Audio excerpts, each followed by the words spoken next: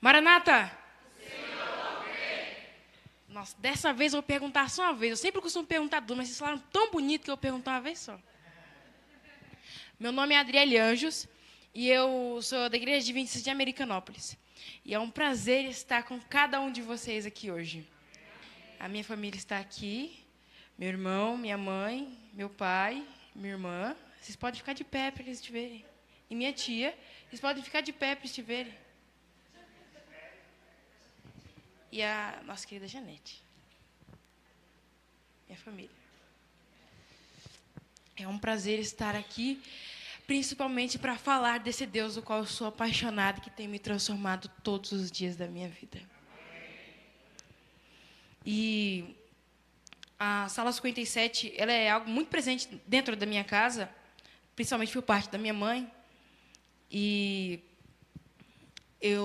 logo no começo, quando minha mãe começou a frequentar a Sala 57, ela fazia um negócio que era terrível. Eu deixava a madrugada toda o meu celular carregando. Quando era de manhã, minha mãe tirava o celular do carregador, colocava a Sala 57, 5 horas da manhã, ela punha o celular debaixo do meu travesseiro. E não se contentando com o meu celular, ela pegava o do meu pai e colocava também. E também colocava no dela. Então, ela deixava um no primeiro andar, deixava um de baixo e um debaixo do meu travesseiro. Isso porque ninguém ensinou ela como é que fazia para botar no computador. E ainda bem.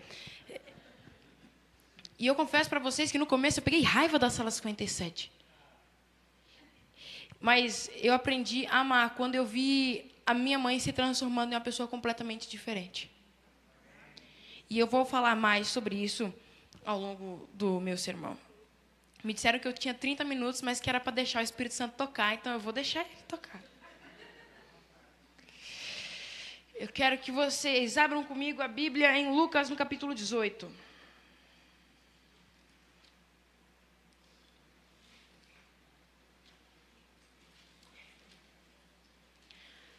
Quem achou, diga amém. Quem não, misericórdia. Eu ouvi alguns pedidos de misericórdia, ainda há misericórdia. E amém por isso.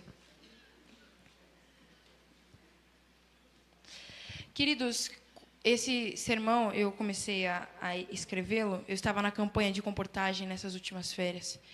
E a campanha estávamos na igreja do Vila Guarani, e o pastor começou a pregar, e ele começou a passar alguns textos, e eu comecei a anotar as coisas que ele estava falando. Chegamos na casa da campanha, estava todo mundo sentado lá, depois do almoço, conversando, e o pessoal falou assim: caramba, eu não entendi nada que o pastor falou. Eu falei: pois, eu entendi tudo. Só que aquele sermão me despertou uma curiosidade para alguns textos, e eu comecei a estudar. E eu quero ler aqui com vocês. Lucas, no capítulo 18. Disse-lhes Jesus uma parábola sobre o dever de orar sempre e nunca esmorecer. Havia em uma certa cidade um juiz que não temia a Deus, nem respeitava homem algum. Havia também naquela mesma cidade uma viúva que vinha ter com ele, dizendo: julga a minha causa contra o meu adversário. Ele, porém, por algum tempo não a quis atender, mas depois disse consigo: bem, que eu não temo a Deus e nem respeito homem nenhum. Todavia, esta viúva está me importuna. Julgarei a sua causa para não suceder que, por fim, venha me a molestar-me. Então disse o Senhor: considerai no que diz o juiz iníquo. Não fará Deus justiça aos seus escolhidos, e que a ele clamam dia e noite, embora pareça demorado em defendê-los. Digo-vos que depressa lhe fará justiça. Contudo, quando vier o Filho do Homem, achará porventura fé na terra? Queridos, esta parábola, ela conta, e ela segue uma estrutura. Jesus começa contando a parábola, e essa parábola em específico, ela é uma parábola com o objetivo dela é mostrar contraste. Então, Jesus está dizendo: olha, havia um juiz, esse juiz não respeitava ninguém, então tinha uma viúva que enchia o saco dele, e ele concedeu o pedido da viúva por um motivo, porque ele não aguentava mais aquela mulher falando. E Jesus está dizendo o seguinte: se o juiz ele faz porque ele não estava mais aguentando a viúva, eu faço porque eu gosto de você, eu faço porque eu te amo, eu faço porque você é meu filho, e é por isso que eu te concedo. as coisas que eu concedo. Não é porque você me enche o saco ou não, mas é porque eu considero você como filho. É porque eu te amo que eu faço as coisas que faço. Mas eu acho que esse texto parece um pouco contraditório. Quando você olha e você vê Jesus dizendo o seguinte, ele está falando, eu faço as coisas porque eu te amo, não porque você enche o saco ou porque você insiste. Mas em seguida, o texto ele diz assim, para aqueles que oram dia e noite, versículo 7, não fará Deus justiça aos seus escolhidos, aqueles que clamam como? De dia e de noite, embora pareça demorado em defendê-los. Então, ao mesmo tempo que Jesus está dizendo o seguinte, olha, eu faço as coisas para você, porque eu amo você, e não porque você insiste, mas ainda assim ele diz, eu faço para as pessoas que insistem. Parece contraditório para vocês? Para mim parece. Mas Cristo Jesus tem como objetivo também, não só fazer as coisas que você precisa que ele faça, mas desenvolver relacionamento real.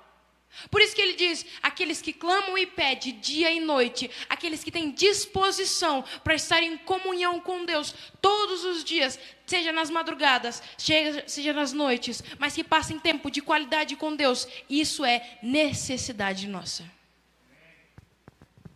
Queridos, o texto continua e ele diz assim, digo-vos depressa que lhe fará justiça. Contudo, quando vier o Filho do Homem a essa terra, Contudo, quando vier o Filho do Homem, achará porventura fé na terra? E esse é um texto extremamente conhecido. E o comentário da Bíblia Andrews, ele vai falar que essa fé é uma fé específica, fé da viúva, é uma fé que insiste. O texto bíblico está perguntando, quando Jesus voltar a essa terra, vai ter gente disposto a insistir? E eu quero chamar a atenção de vocês para algo importante nesse texto. Esse texto não está falando de qualquer assunto. Ele não está falando sobre você pedir prosperidade. Ele não está falando sobre você pedir saúde. Ele está falando sobre você pedir uma coisa em específico. Se você for para Mateus, vamos para Mateus, no capítulo 7. Amém? Ainda há misericórdia, Enoque.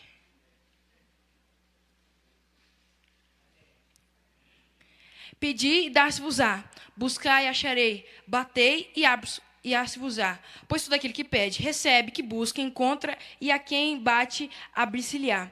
Ou qual dentre vós, o homem, que porventura o filho lhe pedir um pão, lhe dará uma pedra, ou lhe pedir um peixe, lhe dará uma cobra? Ora, vós que sois mais, sabei dar vós dádivas aos vossos filhos, quanto mais o vosso Pai, que está no céu, dará o quê? Dará o quê? Dará coisas boas aos que lhe pedirem. Esse texto, ele está dizendo o seguinte, ele vai dizer o seguinte, pais, vocês que são os mais maus, não tem coragem de dar um escorpião, uma cobra na mão do seu filho, se ele te pedir um pão, se ele te pedir um peixe, quem dirá eu não estou disposto a dar o quê? Coisas boas. É isso que o texto de Mateus 7 está dizendo. Ele está dizendo que Deus está disposto a nos dar coisas boas. Mas se você for para o livro de Lucas, no capítulo 11...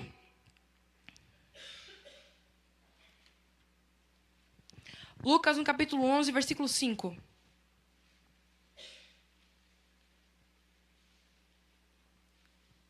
Eu adoro esse barulhinho de Bíblia, assim, sabe? Passando. Amém?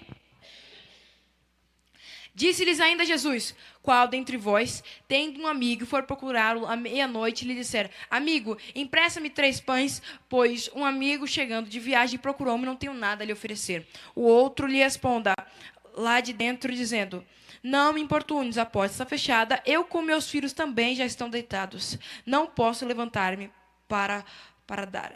Digo-vos que, se não levantar para dar ao seu amigo, por dar ao seu amigo, todavia o fará, por causa da importuna, e lhe dará tudo o que necessita.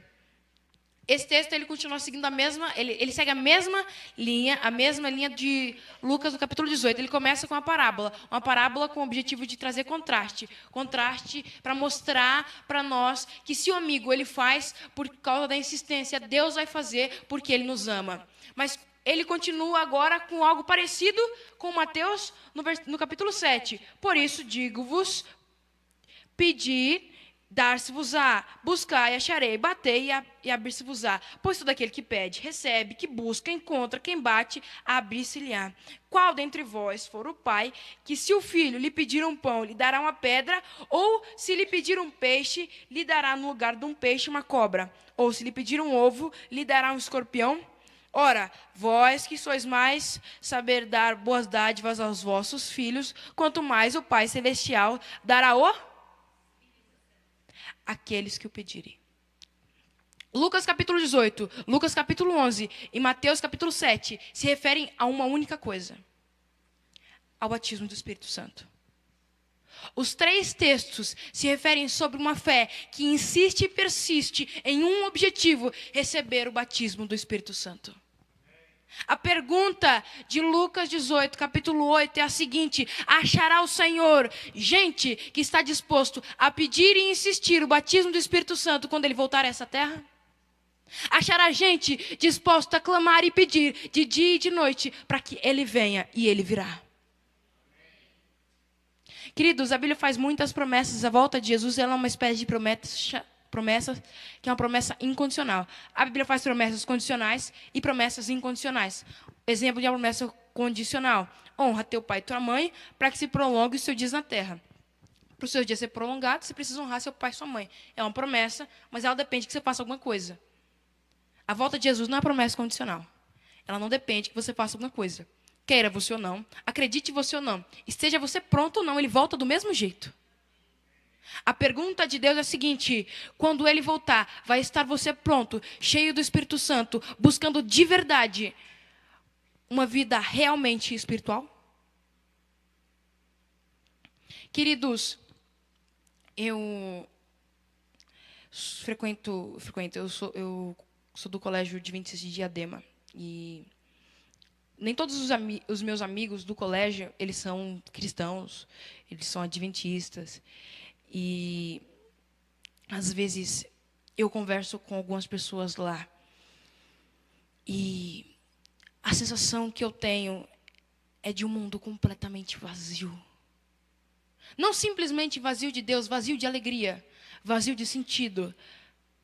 Porque são características únicas e exclusivas de gente que vive neste lugar, de gente que vive na presença de Deus. E sabe qual é a sensação que eu tenho? De que nós escondemos o ouro. Eu quero contar uma coisa para vocês que é extremamente assustadora. Na nossa divisão, na Europa, foi feita uma pesquisa há 21 anos atrás, de que na nossa divisão nós não teríamos jovens presentes e ativos na igreja em 20 anos. Como líderes da nossa divisão, nós temos mais de 5 membros leigos na divisão europeia. Isso é preocupante. Essa mesma pesquisa foi feita na nossa divisão. E, tristemente, a pesquisa mostra que em 21 anos, nós não seremos jovens ativos na igreja adventista, na divisão sul-americana. Isso te assusta? A mim assusta. O número de jovens que saíram da igreja, e jovem a igreja qualifica de 7 anos, que é a partir do momento que batiza, a 35. Se você tem mais de 35 anos. E o número de jovens que saíram da nossa igreja, da nossa divisão, no ano de 2022, foi o dobro do que entraram. Isso te assusta? Tem uma música, ela não é adventista, e ela canta assim: a perseguição não parou a igreja, o Coliseu não parou a igreja, os leões não pararam a igreja do Senhor, mas frio num cu de quarta-feira para. Vai na igreja num cu de quarta-feira. Essa igreja está cheia para um cu de domingo. E isso é triste e extremamente preocupante. Mateus, no capítulo 28. Mateus, capítulo 28, versículo 19.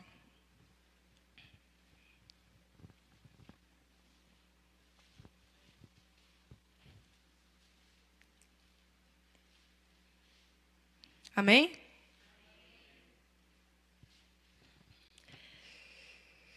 Ide, portanto, fazei discípulos de todas as nações, batizando-os em nome do Pai, do Filho e do Espírito Santo, ensinando-os a guardar todas as coisas que vos tenho ordenado. Eis que estou convosco até a consumação dos séculos. Que promessa linda, não é verdade?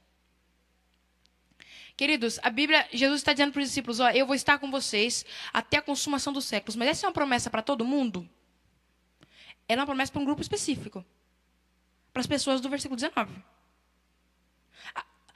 Quando o texto de Mateus, capítulo 28, versículo 20, ele está dizendo que Jesus estaria conosco até a consumação dos séculos, é através da terceira pessoa da Trindade, do Espírito Santo. Que o Espírito Santo estaria conosco, mas ele estaria com um grupo específico. É o grupo do versículo 19. O grupo que aceitou a missão do Ide, portanto, fazer discípulos, batizando em nome do Pai, do Filho e do Espírito Santo.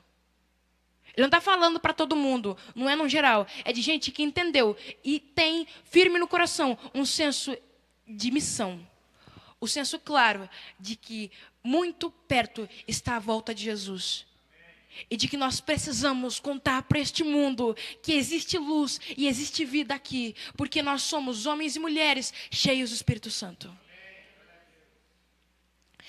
Eu gostaria de ler um texto de Ellen White, do livro Mensagens Escolhidas, Mensagens Escolhidas, volume 1. Só um minuto que saiu aqui.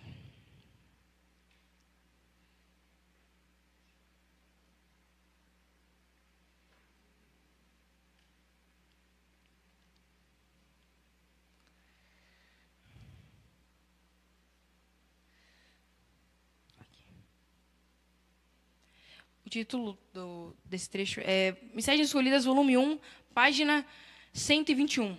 A grande necessidade da igreja. Um reavivamento de verdadeira piedade entre nós. Eis a maior e mais urgente de todas as necessidades. Buscá-lo deve ser nossa primeira ocupação. Importa haver diligente esforço para obter a bênção do Senhor. Não porque Deus não esteja disposto a ortogá-la, mas porque nos encontramos carecidos de preparo para recebê-la. Nosso Pai Celeste está mais disposto a dar o seu Espírito àquele que lhe peçam do que pais terrenos estão a dar boas dádivas aos vossos filhos. Cumpre-nos, porém, mediante confissão, humilhação e arrependimento e fervorosa oração, cumprir as condições estipuladas por Deus em sua promessa para conceder-nos a sua bênção. Só poderemos esperar um reavivamento em resposta à oração. O livro A Revolução do Espírito, ele faz um comentário sobre o texto de Ellen White. Ele diz assim: a verdade é que Ellen White, em outras partes, também mencionam que a fé, a divina graça e famílias convertidas são as maiores necessidades da igreja. Mas quanto à maior necessidade e também mais urgente, ela reserva essa expressão para falar apenas da descida do Espírito sobre a igreja. Ellen White está dizendo o seguinte: muitas coisas são extremamente importantes, mas a nossa mais urgente preocupação na igreja hoje, assim como era nos tempos dela, principalmente agora, é o batismo diário do Espírito Santo. Nosso mundo enfrenta muitas guerras, a mais recente agora em Israel. Guerras são extremamente tristes. Mas eu não sei a vocês, mas por algum motivo isso me deixa com um gostinho de volta de Jesus. E que, muitas das vezes, olhar para situações como essa, com a esperança viva de cada dia mais próximos estamos da volta de Jesus. Ouça os passos de um Deus que se aproxima. Hoje, queridos, falta menos um dia para Jesus voltar. Amém por isso? Amém? Amém? Nós devemos estar cada vez mais prontos para sermos batizados com o Teu Espírito Santo. A maior e mais urgente necessidade da igreja. Vemos bancos vazios, crentes preocupados com coisas que não são completamente necessidades, porque nós vivemos numa geração da qual existe a falta presente do Espírito Santo. O que aconteceu com a igreja, cujo qual os pioneiros... Vocês sabiam que o maior evangelista da igreja adventista, ele se tornou evangelista aos 14 anos? Você sabia que J.N. Andrews tinha 15 anos quando o grande desapontamento aconteceu? Ellen White tinha em torno dos seus 18, Tiago White 20 para 21. Aonde for essa geração? O que aconteceu conosco? Existe uma resposta para isso. É a falta do Espírito. A falta de prioridade. A falta de comunhão real com Cristo Jesus. E da busca constante por transformação. Ellen White diz que Deus tem mais desejo de nos dar o Espírito Santo do que cada um de nós tem o desejo de buscá-lo. E a pergunta que eu faço é: em que nós temos investido o nosso tempo? Em que nós temos colocado as nossas forças? Deus está dizendo para você, filhinho, se um juiz, ele resolve uma causa porque a pessoa está insistindo, se um amigo, ele dá alguma coisa porque o outro está insistindo, eu te amo, eu quero te dar isso. Mas a Bíblia continua com a pergunta: achará fé o Senhor quando voltar a essa terra? Fé que insiste em pedir o batismo do Espírito Santo todos os dias, de gente que ora e clama dia e noite. Mateus, no capítulo 28, ele parece... Você vai para Mateus, capítulo 28, que nós lemos agora, em Atos. Atos, capítulo 1, versículo 8. E eu acredito que a maioria aqui conhece esse texto e saiba ele de cor. Eu vou abrir aqui com vocês. Eu quero que quem souber pode falar junto comigo. Faz bem.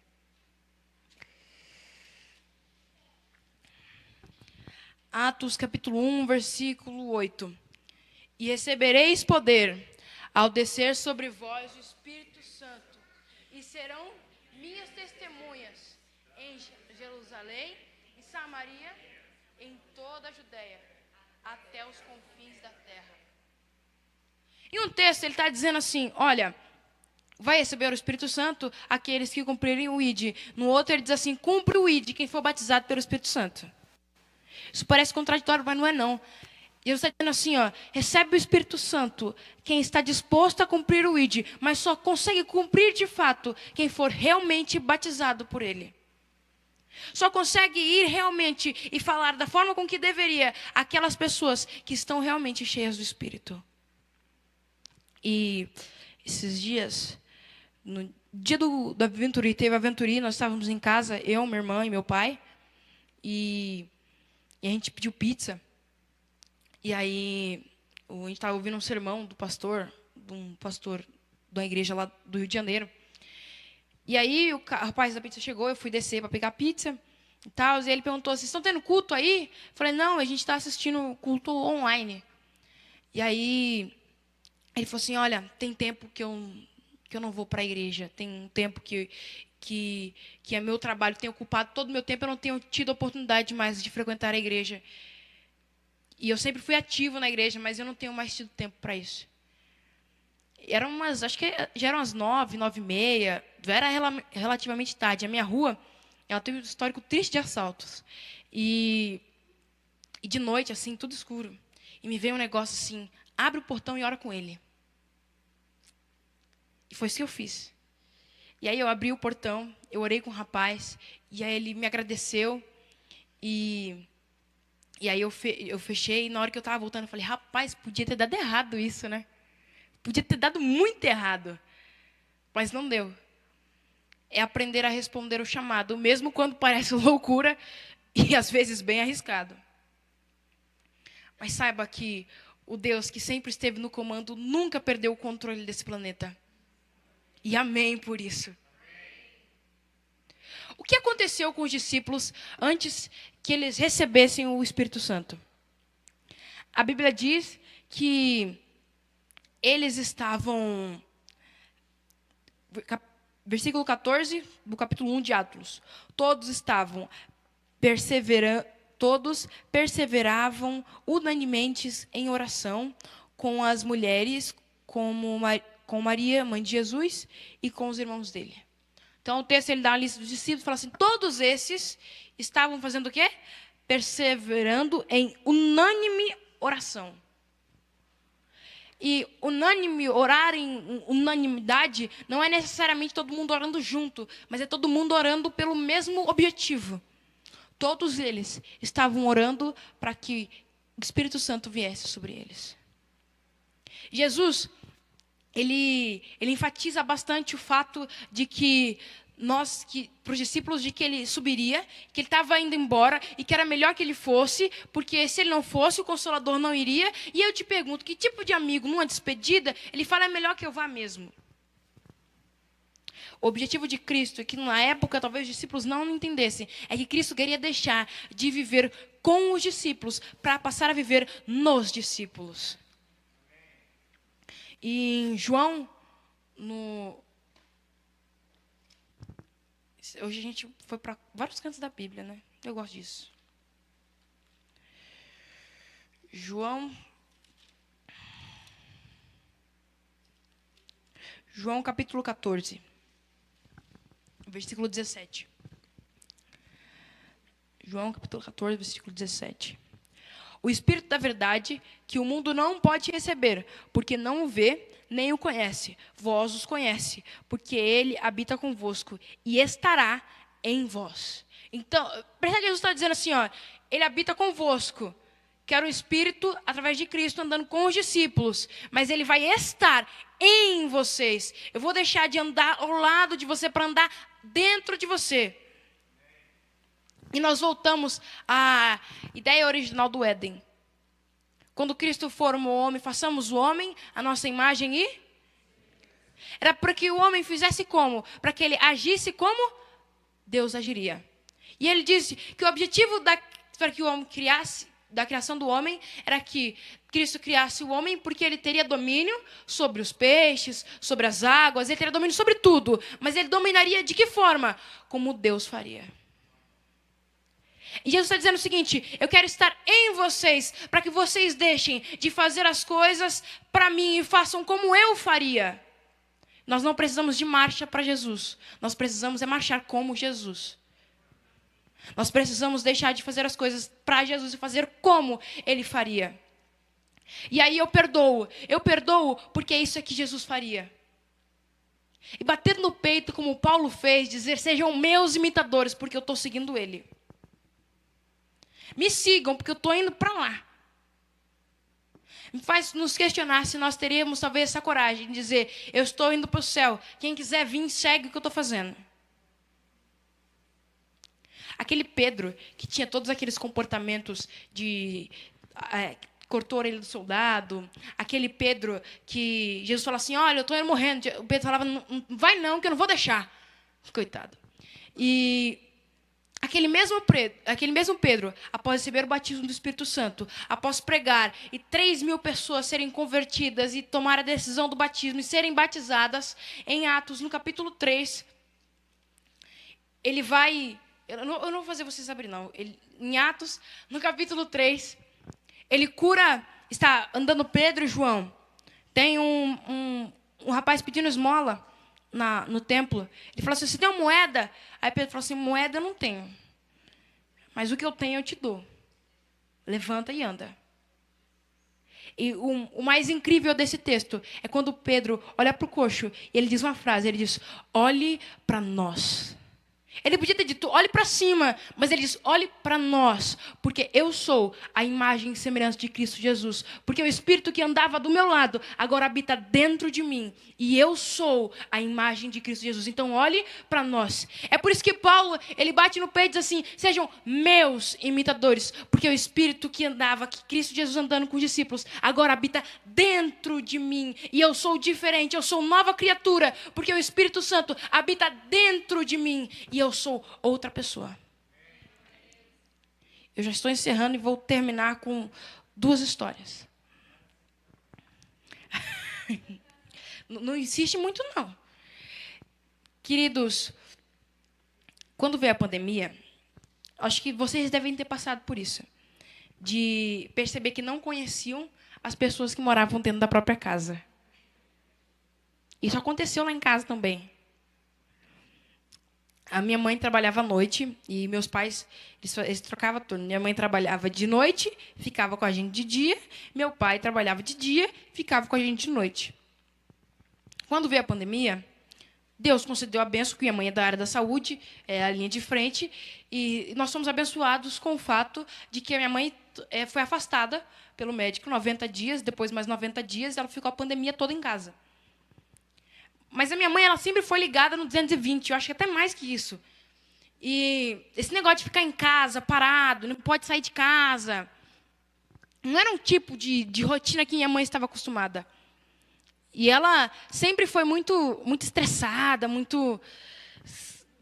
E principalmente porque ela trabalhava à noite, isso desgastava muito, chegar em casa e às vezes as coisas não estarem organizadas, não estar da forma que deveria estar. E agora minha mãe estava dentro de casa, presa, com 2 crianças, e aquilo tudo, os hábitos e tudo mais. Queridos, eu vou ser bem realista com vocês. Eu não vou poupar. Ela está ali, coitada. A minha casa virou um inferno durante a pandemia. A um ponto de que, se a minha mãe estava embaixo, todo mundo subia para cima. Se a mãe estava em cima, todo mundo descia. Para não estar no mesmo cômodo que ela. Porque se estivesse, ela ia achar um motivo para reclamar e para brigar. E ela acabava se irritando. E isso era triste para ela. Porque imagina você, as pessoas que você ama, não quererem, e ficava nítido, não quererem estar no mesmo cômodo que você. De tão chato que você estava.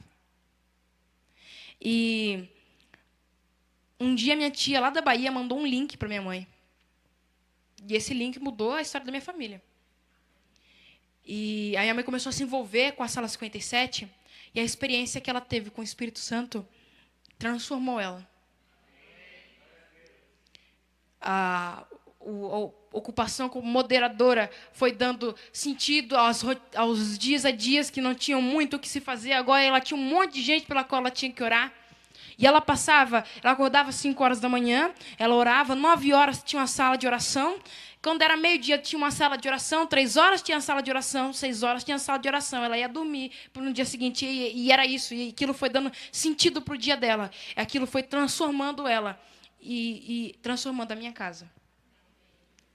Durante esse período de pandemia, eu comecei a sentir algumas dores na mama esquerda. E eu fiz o que qualquer pessoa com bom senso faria. Ignorei. E até que um dia eu estava indo... A Letícia ia lá para casa. A Letícia está ali, ó. Dá oi, Letícia. Os pais dela. E eu fui buscar a Letícia. Fui vestir a camiseta. E aí eu senti uma dor muito forte. Mais forte que o normal. E eu fiz o que qualquer outra pessoa faria. Falei, eu vou lá. Quando eu voltar, eu vejo o que é isso. Eu fui, encontrei com a Letícia, voltamos para casa e tal. Porque, olha a linha de raciocínio. Se eu falo agora, minha mãe não vai deixar eu sair. É mais fácil se eu falar depois. Se eu falar depois, eu já fui. Aí, eu fui lá, eu voltei, eu falei, mãe, eu estou sentindo uma dor na mama. E é importante isso, porque nós estamos no Outubro Rosa, e todas as mulheres precisam saber a fazer o exame, o autoexame. E quando eu fiz, eu senti uma bolinha. Mas eu ignorei, né? Quando eu falei para minha mãe tem... E ela faz muito isso, quando ela está estressada, ela manda outra pessoa ficar calma. E aí... Só exposição aqui. E aí, quando ela foi fazer o exame em mim, ela começou a falar, fica calma, fica calma, fica calma, fica calma. Eu falei, caramba, algo de errado, realmente, algo de errado não está certo, com certeza. Mas na hora... Embora eu comecei a me preocupar, eu dei uma segurada, porque assim, minha mãe já estava estressada, já estava com a flor da pele. Se eu tivesse alguma reação, ela entraria em pinel. E eu voltei para a rua para brincar. Quando eu entro dentro de casa, eu escuto minha mãe estava falando com a Luciene.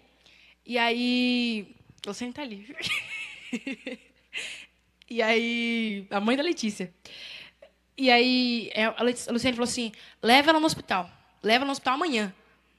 Eu falei, caramba, algo de errado realmente não está certo. E eu não tive uma boa noite de sono. Eu até consegui dormir, Mas eu acordei no meio da madrugada e a gente sempre fica pensando no pior, né? Eu comecei a orar e fazia um tempo que eu não estava orando, que eu não estava tendo esse hábito de estudar a Bíblia e orar. E eu entreguei minha vida a Jesus mais uma vez.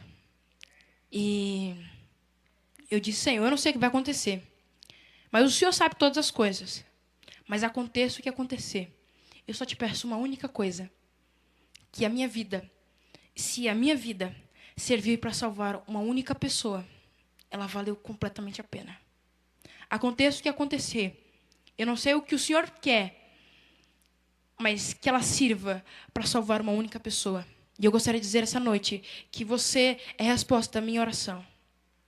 E que talvez Cristo tenha te trago aqui porque Ele tem o desejo enorme e tem a certeza disso, de te salvar. Porque talvez você não tenha vivido uma vida conforme a que Ele espera que você vive. E Ele quer fazer coisas incríveis através de você. Ele quer te batizar com o Espírito Santo. Ele quer que você ouça a voz dEle. Ele quer que você viva ao lado dEle. Mas talvez você tenha recusado o chamado de Cristo.